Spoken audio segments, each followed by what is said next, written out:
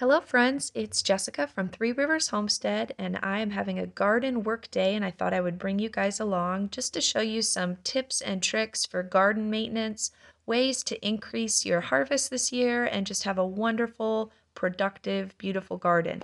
So we're going to go ahead and get started and I'm going to show you some of the work that I was doing this week in the garden space. So this first bed right here, these are radish pods, and in my last garden video, I had mentioned to you that after my radishes had bolted, I was letting them go to seed so that I could harvest these little green seed pods that they produce. Those seed pods are edible and they are delicious. They taste like a spicy pea pod or a spicy green bean, and my kids absolutely love them. And one little radish plant can produce quite a number of pods, so it's a really abundant crop to grow. And so I'm going to go ahead and harvest these today. Let me show you what those look like. I mean, I just love to snack on these out in the garden. They are just the most delicious thing. So don't waste these if your radishes have bolted. Here is what, just after about 5 minutes of picking, I got this many of the little pods. If you don't want to eat them raw, they are great sauteed in things like stir fry. We like to eat them that way. And you can see that they're all over the plants, and the bees have just been loving these little flowers. What I'm going to do here is I'm going to start saving everything in the back half of this bed back here. I'm going to stop picking the pods off of those plants, and I'm going to let them completely let the seeds mature in the pods to save that seed for my fall radish planting, and then I won't have to purchase radish seeds. So that is the first tip for what I'm doing in my garden this week. My next job here is to work on pruning my zinnia plants. Zinnias are flowers. I absolutely love them because they bring butterflies to my garden. By the end of the summer, there'll be butterflies dancing all around in these flowers. But zinnias benefit from a really good pruning. They're a lot like pepper plants. When your pepper plants start to grow, you pinch the tops off just like this. And what it will cause the plant to do is instead of growing up really tall and just producing maybe one flower, it will start to grow out and bush out and produce multiple flower heads at a lower, kind of bushier level. You can see I already have a little bud forming on this flower top, and sometimes it kind of hurts your heart to prune that off because you know by pruning it you're delaying the production of flower heads a little bit longer. But trust me, the same thing happens with my pepper plants. If I prune them, I will end up with more flowers. I just have to be patient for a little bit longer. And so I'm just going around the garden. I planted probably 5 or 6 different types of zinnias in different areas of my garden. And I'm very excited. I just have to wait a little bit longer for these to get a little bigger and produce flowers for me.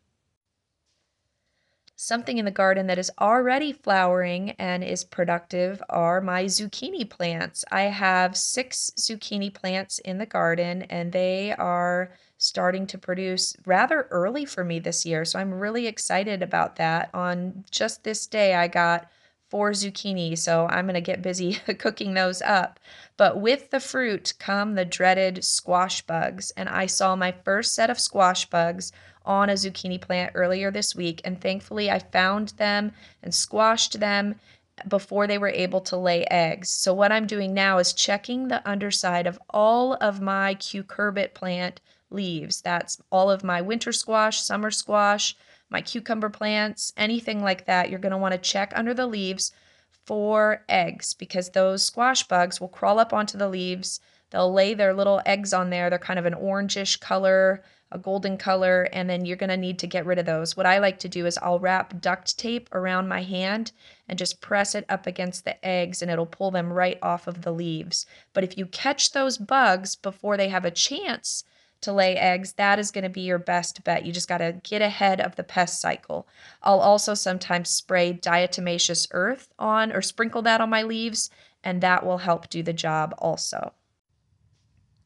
The next job is to start harvesting garlic. In my last garden video, I showed you that my garlic was doing very poorly, but I pulled a couple bulbs after just 2 more weeks of growth, and they are looking great. Look at the size of this garlic bulb. It is almost as big as the palm of my hand, so very amazing. We grow a hardneck variety of garlic here. And so they produce very well for us. We really love this variety. I harvested the scapes several videos before this one and preserved those. And I have 4 beds of this garlic. This is my smallest bed. It had pretty poor germination. I think what happened is that my boys laid the straw mulch too thick through the middle of this bed, and the garlic couldn't poke up through and never really grew throughout the winter months like the other garlic had done. So, since this was the most poorly, I guess, germinated bed, I decided to pull up the garlic out of this just to test it and to see if I'm satisfied with the size of the bulbs, because I wanted this bed to plant some bush beans in. And after pulling all of this up, I realized that I think I could go ahead and pull the other 3 beds worth of garlic and free up that space as well and get some other crops planted, because this garlic is doing amazing. One of the ways you know that your garlic is ready to be harvested is that the bottom 2 leaves have turned brown and kind of shriveled up. And if yours have done that, go ahead and pull one of your plants out and check the bulb size. And if you're satisfied, you can go ahead and harvest that and free up some of your garden space to plant something else. We're going to go ahead and cure this garlic. I'll show you in another video when I harvest the other beds how we do that. You have to cure your garlic before you can store it safely. I'm feeling a little like a garden beauty queen with my bouquet of garlic instead of bouquet of flowers. But that is really exciting, the first bit of garlic, and we will have much more here in the next few weeks. So this heavy straw mulch that I mentioned needs to be taken off of this bed so that I can plant it with something else. I'm going to pull all of this straw up, and we're going to repurpose this in another area of the garden as a mulch on some more established plants. But now what I need to do before I can plant beans is I'm going to go into this area of our old chicken run. It has some beautiful soil there that you can see. This was our old chicken run that's right attached next to our barn. And we decided this year that we want to in the future use this space for something else. So about 4 months we pulled the chickens out of here and moved them, and we've just kind of let this area of manure and food scraps and everything that had been in here over the last 7 years start to kind of compost and break down. And right now it is the most beautiful composted soil. I'm sure it's extremely rich in nutrients. And so what I'm doing is just going around and shoveling some of that dirt up. We're going to use this to fill in that garlic bed that I just harvested. It needs to be topped off because garlic is such a heavy feeder that that soil needs to be replenished with some nutrients in order for my next variety of crops that I plant in that bed to grow really well. So I'm just filling up my bucket maybe 2 or 3 times with some of this soil, and I'm going to take it and dump it into that garden bed. So as I mentioned, the chickens used to live in here, and they would get lots of food scraps from us. And so we have a variety of volunteer plants just growing in this old chicken run. I can count approximately 10 little tomato plants that are popping up in here. And so I'm going to come and dig these out and move them into a new garden bed behind the fence because I want to go ahead and use these free tomato plants.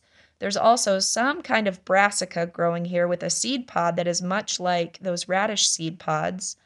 Just all sorts of food stuff. I saw a squash, winter squash that's growing in there. So we're just going to kind of let it go this year and let this continue to break down, and we will use that space for something else next year, maybe a new animal that we're going to put in there.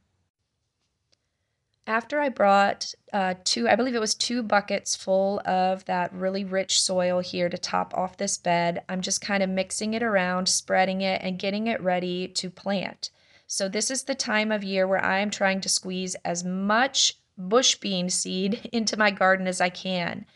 We like to can green beans, and so I need to, for my large family, have a lot of bean plants planted. And we already have a couple beds full of beans that will provide us fresh eating through the summer, but I will probably do 3 or 4 beds like this of beans specifically for canning later in the season. And so that is what I'm doing here. I plant my bush beans approximately 4 inches apart and in rows that are about 4 inches apart, and this gives me a great yield. And so I'm just getting all of those beans in. These are a Blue Lake bush bean. That's my favorite variety to grow. They're really prolific. They give me an abundant harvest, and I'm very happy. I think this is probably the 5th year that I've grown that variety, and it's what I've settled on for my family. Speaking of beans, this little bed here used to contain my pea plants, and they gave us a couple of weeks worth of peas to eat fresh for the family. But the heat got a little intense and the peas were not loving it. So I went ahead and ripped those out, and we are going to plant some beans here. I have some Scarlet Runner beans from M.I. Gardner. There's only 10 seeds in this package, which I didn't realize when I was ordering. It was such a good deal on these seeds. But then I realized it was only because there were 10 seeds in there. So make sure you check the amount of seeds that are in your packet. So because there's only 10 seeds, I'm going to do this yard-long bean seed that I had saved from a previous year's harvest on the rest of the trellis here so that I can have beans planted the whole way around. And just like with my bush beans, I plant my pole bean seeds 4 inches apart all the way around this trellis. If you don't know, the difference between bush beans and pole beans are that bush beans will just grow into a bush style. They don't need to be trellised, and pole beans are kind of like an indeterminate type of bean that will grow up in a vine and will continue to grow all throughout the growing season until it frosts. The vines will get extremely tall, so you do need to have support for them. I'm doing a row of bush beans around the outside of the pole bean trellis. Okay, next job. I've got my little handheld hula hoe here, and I'm going around in my herb and flower garden, and we're just going to pull up the weeds. I've decided that I'm going to use this straw mulch here to use for weed suppression here in this little herb and flower garden that I have going. So before I can get that mulch laid, I'm going to weed it a little bit, and I need to do a little more maintenance. I've noticed that this comfrey plant is really starting to grow and produce leaves, and it's shading out some of the plants that are around it. So I'm going to prune this pretty significantly. I'm going to pull out all of the lower, larger leaves that will make this comfrey plant look a little taller and will provide a little more airflow and sunlight to some of the plants that are around that comfrey. Comfrey is also an amazing fertilizer. It's really high in nitrogen and several other nutrients that your soil really needs in order to grow plants successfully. And so a lot of homesteaders grow comfrey just for its fertilizing properties. Now, I have done a video before on how I make a comfrey tea as a liquid fertilizer for my garden, but on this day, I'm going to use the comfrey a little differently. I'm taking the leaves and I'm just placing them around my okra plants in this bed, and I'm using them as a mulch, much like you would use something like cardboard. If we lay down these leaves, because they're so large, they will prevent weeds from coming up out of the soil because you're blocking the sunlight and those weeds won't be able to grow up through. And then the benefit of the comfrey leaves versus something like cardboard is that as these break down into the soil, they're going to add that nitrogen and all of those other nutrients back into the garden bed to help feed the plants. And so as we harvest our comfrey from the various plants around the homestead this year, this is how I'm using it. I'll also use this as a mulch around our new fruit trees and lots of other plants that need a little boost this year. One of the other herbs that's really going crazy in this garden bed right now is my German chamomile. We absolutely love chamomile tea in our house. My children like to have it before bed. And this is the time of year that those little chamomile flowers are really growing like crazy. And so every couple days I come out here and I just harvest a little bowl full of the flowers. And then when I collect enough, we put them into the freeze dryer, and then we will save those for tea throughout the rest of the year. I love chamomile, not just because it tastes delicious in a tea and it's good for you to help relax you. The flowers are just so beautiful. They bring me so much joy. So now that we've done our maintenance projects here in this bed, I'm just grabbing that straw mulch that was from the garlic bed and we're just placing it around the plants. Once again, the benefit of a mulch is that it helps suppress weeds. so that they can't grow up from the soil. It also helps you retain moisture in the soil. So when it rains, if you have a bed that's covered with mulch, a lot of that moisture won't evaporate like it would if that soil was bare and the sun was beating down on it. So it's really a benefit to your plants, whether you mulch with something like cardboard or comfrey leaves or this straw, like I mentioned. A lot of people like to use grass leaves because those grow abundantly and you can just cut them and place them around your plants. I'm taking the leftovers I have here and even putting it in the buckets of tomatoes back there that are growing to help retain the moisture in those. So here's what our bed looks like, and we just have lots of wonderful goodies growing in here, various flowers and herbs. It's starting to smell and look pretty fun. But back here, I'm really excited about this plant. This is something new that I'm growing this year. This is a toothache plant. I had got this just for fun from Baker Creek a couple years ago, and I had a terrible time trying to get it to germinate over the last few years. And this is the first time I've successfully gotten it to germinate. This plant, if you chew on those little flowers, it numbs your mouth, which is why it's called a toothache plant. And I'm just growing it for fun. All right, more little bean seeds. As I mentioned, I'm putting them anywhere I have space, and I pulled up all of my bolted lettuce and filled in the space with bean seeds. Other exciting things happening in the garden. We have peppers that are finally starting to produce here on our plants. That's always fun. The lettuce that I seeded in the last video is starting to germinate here under my cucumber trellis. And we also have little baby cucumbers that are starting to grow. There's a rather large one there that'll probably be ready by the time this video comes out. These are some of my favorites growing this year. These little moss roses bring me so much joy. I have them in several places throughout the garden. They're just a burst of color amongst the veggies and fruits. Our tomatoes are starting to produce. Here's a little bit of maintenance that I've also been having to do. My rhubarb is being destroyed by caterpillars. I found these little white fuzzy caterpillars that are chewing holes in the rhubarb leaves. And so every couple days I'm having to come out here and check the undersides and all over around the rhubarb to try to pick off any of those caterpillars I find so that they don't completely destroy this rhubarb. Here are my onion bulbs. This is the bulb onion that I'm growing for storage this year. They're Patterson onions, and they are also starting to bulb up, which is super exciting. Potatoes are starting to flower. I love the look of potato flowers. So Lord willing, we'll have a harvest of those here coming up soon. And then this is my loofah gourd plant. I have 3 loofah gourd plants growing in the garden, and they're starting to produce their little baby loofah flowers. And so hopefully this year we can get a harvest of those. They will grow all along the fence and be very beautiful here in the coming weeks. We have some of our pole beans that were seeded back in May that are getting tall enough now that I need to work on training them to the trellis just to make sure that they grow up there.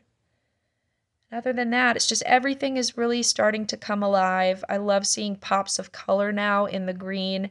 Everything just feels really wild and lush, and it's just, you guys, being in the garden brings me so much joy, and I'm so happy that I can bring you along with me. I hope that this video also brings you joy, and maybe you learned a few tips and tricks for your own garden. Just a cute little harvest of zucchini and chamomile and radish pods and garlic. So that is it for us here this week. We'll be back with another video on Sunday for you. Until then, I hope you have a blessed week, friends. Bye.